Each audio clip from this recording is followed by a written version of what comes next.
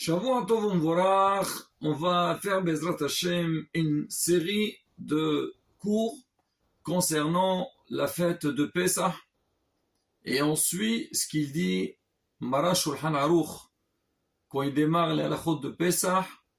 Shoalim be'elchot Pessah, shloshim yom lefnei Pessah. 30 jours avant la fête de Pessah, on commence à poser des questions, ou plutôt on entre un petit peu dans l'ambiance des lois des halachot de Pessah. Déjà la phrase elle-même du Shulchan Aruch, elle a été discutée, mais quoi qu'il arrive, ce qui nous apprend le Shulchan Aruch, que 30 jours avant Pessah, il faut commencer déjà à s'intéresser et apprendre les lois de Pessah. Alors sur ça, les poskim, ils ont essayé de chercher c'est quoi la raison, pourquoi spécialement on dit 30 jours avant Pessah, ou est-ce que seulement la fête de Pessah, il faut 30 jours avant à étudier ces halachot, mais les autres fêtes, on n'est pas obligé, même une semaine avant. Alors on voit ça avec Moshe Rabbeinu, parce qu'on sait que à l'époque, Am Israël avait fait Korban Pessah, il y avait des personnes qui étaient impures, qui n'avaient pas la possibilité donc d'approcher ce sacrifice. Alors on leur a fait une dérogation, ils l'ont approché un mois plus tard. C'est ce qu'on appelle Pesach Sheni. Et Moshe Rabbeinu, pendant la fête de Pessah, il leur a enseigné les lois et les règles de Pesach Sheni. Alors on dit de la même manière que Moshe Rabbeinu, 30 jours avant, il a enseigné ses halachot. Nous aussi, 30 jours avant Pessah, on a besoin donc d'apprendre, connaître les halachot de Pessah. Alors, sur ça, il y a une discussion. Est-ce que c'est seulement Pessah ou les autres fêtes aussi? Certains ils disent il n'y a pas de différence, et d'autres ils disent non. C'est seulement les halachot de Pessah. Pourquoi? Parce qu'en général, toutes les fêtes, on a besoin de connaître les halachot qui concernent la fête elle-même, le jour de Yom Tov. Qu'est-ce qu'il faut faire? Alors que Pessah, il y a des halachot qu'on doit connaître, on doit appliquer avant la fête de Pessah. Ici, on attend le jour de Pessah, là, on ne pourra pas du tout les respecter, tels que, par exemple, cachériser les ustensiles. On sait qu'il y a le problème de Hametz. Il y a aussi, pour Bdiqat Hametz, c'est-à-dire la veille de Pessah, on doit vérifier à la maison et voir qu'il ne reste pas du tout du Hametz à la maison.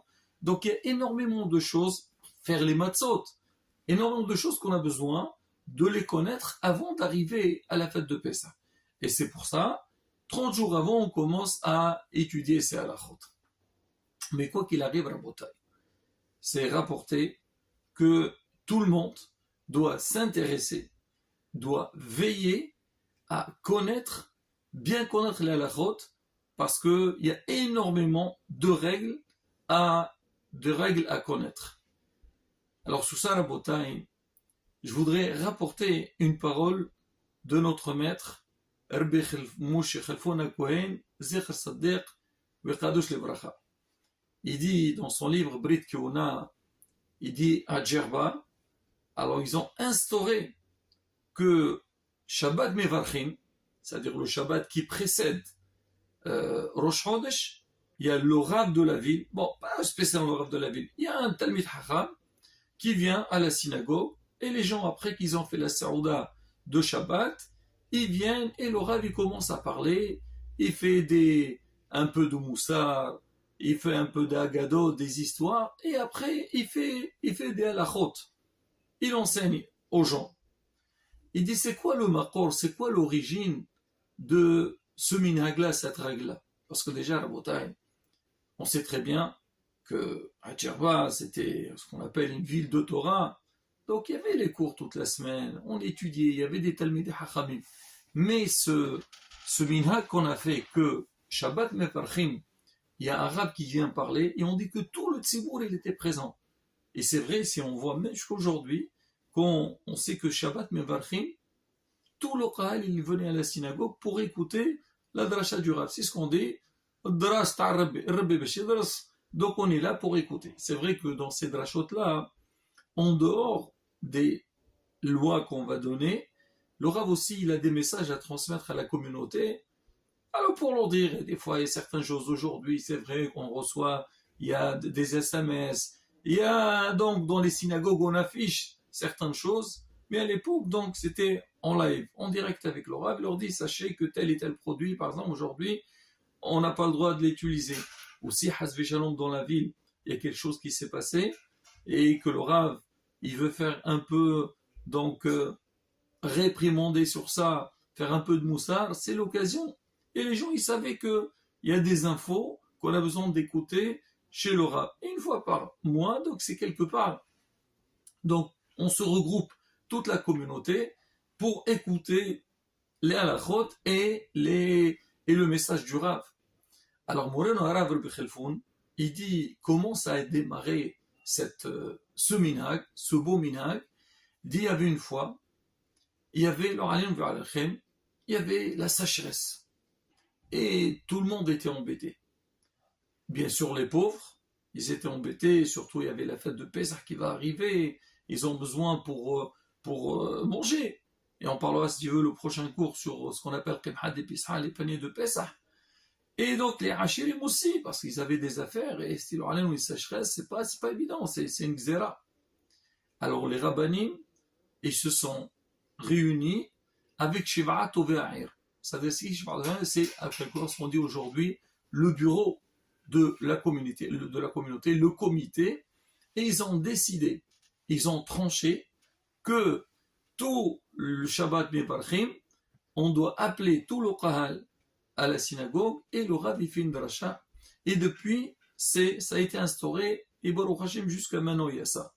Et on dit, quand ça a été décidé, et ils ont fait, donc ce Shabbat Melachim, il y a eu une grande beracha, il y a eu une grande pluie, il y a eu beaucoup de shefa. Moreno Harav Rabbi Khelfoun, il dit là-bas dans son livre Brit Kiona, il dit, cette année-là, il y a eu tellement de shefa, tellement d'abondance, que ils ont donné aux pauvres plus que d'habitude. Ils leur donnaient, bien sûr, il y avait les matzot, il y avait la viande, mais ils ont donné aussi du riz, pour dire que quoi, que cette règle-là, qu'elle a été instaurée, elle a fait son grand effet.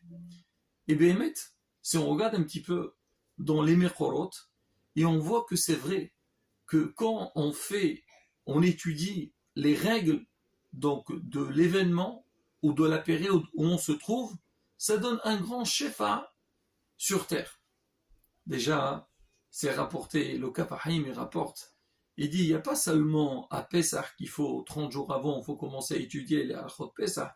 Il dit même à chaque fête, par exemple à Purim, ou plutôt Shabbat Shkalim, on vient de passer la fête de Purim, c'est bien d'étudier Maser Shkalim, lire les Mishnayot de Shkalim, à Ta'anit, tout.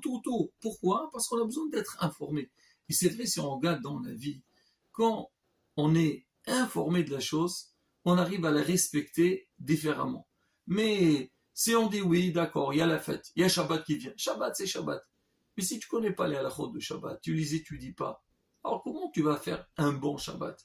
La fête de Pessah, si tu ne veux pas les halachot, alors comment tu vas respecter toutes les lois de Pessah? Et ainsi de suite. Même des fois, des choses, il nous semblent très simples et très évidentes, ben, si on ne l'étudie pas, on ne les connaît pas bien. Alors, la beauté, je vous apporte ce qui est marqué dans la Gemara Masechet Sanhedrin. Je vous lis le passage. La Gemara dit comme ça. Kol hakore davar bizmano. Tout celui qui lit quelque chose en son temps, mais vit tova la'olam. Il amène un bien dans le monde. C'est-à-dire quoi? Davar bizmano, comme ce qu'on vient de dire. À Pessah, on fait les halachot de Pessah. Shabbat, on fait les Mishnayot de Shabbat. Pareil. Donc on fait ça. Rosh Hashanah aussi. C'est marqué dans beaucoup de Sfarim. Donc les Mishnayot de la fête. Il dit d'irtiv davar be'ito matov. Quelque chose en son temps, comme c'est bien. C'est-à-dire c'est important que on veille de nous intéresser à l'événement qui va arriver. J'amène encore un autre passage, une autre référence, Masechet Sofrim, c'est marqué, Kol hamazkir pasuk bi'onato. Tout celui qui mentionne un verset en son temps. Ona, c'est son zman, onato, ma'ale alav, c'est-à-dire que je peux considère pour lui, qui elobana misbeah hadash ou maqrib ala qurban.